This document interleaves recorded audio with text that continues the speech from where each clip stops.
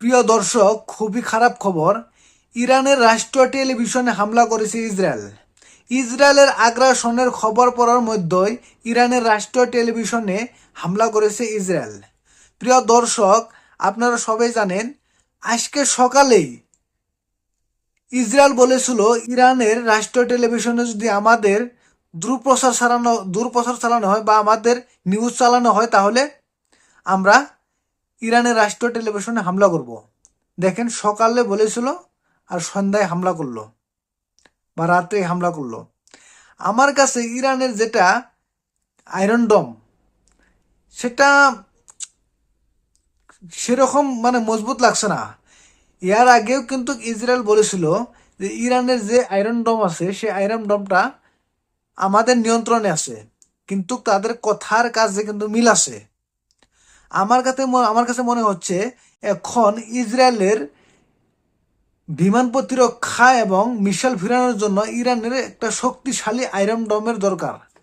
যেমন রাশিয়ায় আছে S-400, সেই রকম মানে প্রতিরক্ষা ব্যবস্থার খুবই দরকার ইরানের। তাই আমার মনে হয় রাশিয়া চুপে চুপে সাপোর্ট না করে ওপেনলি সাপোর্ট করা দরকার। কারণ যখন রাশিয়া এবং ইউক্রেন যুদ্ধ লেগেছিল, তখন কিন্তু ওপেনলি ইরান সাপোর্ট করেছিল এবং ড্রোন দিয়েছিল রাশিয়াকে। তাই এখন ইরানের বিপদের সময় রাশিয়াও কিন্তু ওপেনলি সাপোর্ট করতে পারে এবং তাদের যে প্রতিরক্ষা ব্যবস্থা আছে S-400, অনেক জবরদস্ত। সেটা সেটা কিন্তু ইরান যদি দেয়, তাহলে কিন্তু খেলাটা খুব মজবে। তখন কিন্তু ইসরায়েল মনে চাইলে ইরানের উপরে হামলা করতে পারবে না, মিসাইল ছড়তে পারবে না এবং ফাইটার বিমানগুলো পাঠাইতে পারবে না। কারণ S-400 যেটা আপনার প্রতিরক্ষা ব্যবস্থা, সেটা কিন্তু অনেক স্ট্রং, যে কোনো বিমান এবং মিসাইলকে খুব তাড়াতাড়ি নষ্ট করতে তারা সেই সক্ষম আর কি।